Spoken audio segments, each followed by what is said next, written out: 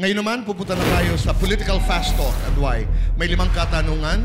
Bawat tanong, Atty. Jimmy, ay meron kayong 20 segundo para ipaliwanag ng maikli kung bakit nyo pinili o kung ano man ang iyong kasagutan. Narito po ang una.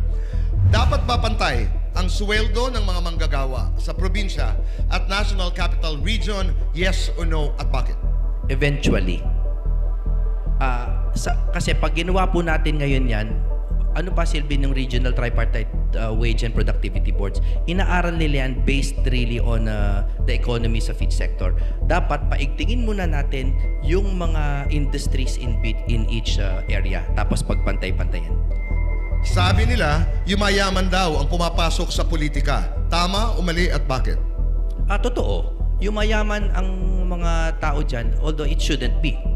Pero usually it's because of corruption. Pero kailangan din po natin maintindihan ng iba kasi pagdating dyan, sumisikat sila. At kapag sumisikat ka, money follows fame. Sa bilis ng takbo ng teknolohiya, posible bang magkaroon ng robot na senador? Yes or no, at bakit? Sana naman hindi. Kasi palagay ko po, hindi talaga maaabot ng artificial intelligence ang kakayahan. Wala namang emotional intelligence ang artificial intelligence. Kung ikaw ang masusunod, Atty. Jimmy, dapat bang college graduate ang mga senador o presidente at bakit? Opo, pero kasi nasa konstitusyon naman po yung minimum requirements provided by law, no?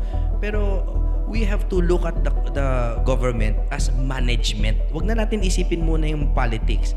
And if you want a company managed well, you want an educated person. Katulad ni na Erap, Gloria at ngayon si Digong, ang sabi nila, kapag presidente ka, malamang makukulong ka. Ito ba'y nakakatawa o nakakabahala? Nakakabahala at totoong-totoo. Kasi po, hindi pa talaga mature ang ating demokrasya. Ang kailangan po talaga natin na fokusan ngayon is less politics and more management. We manage the country well, everyone's happy, wala nang makukulong.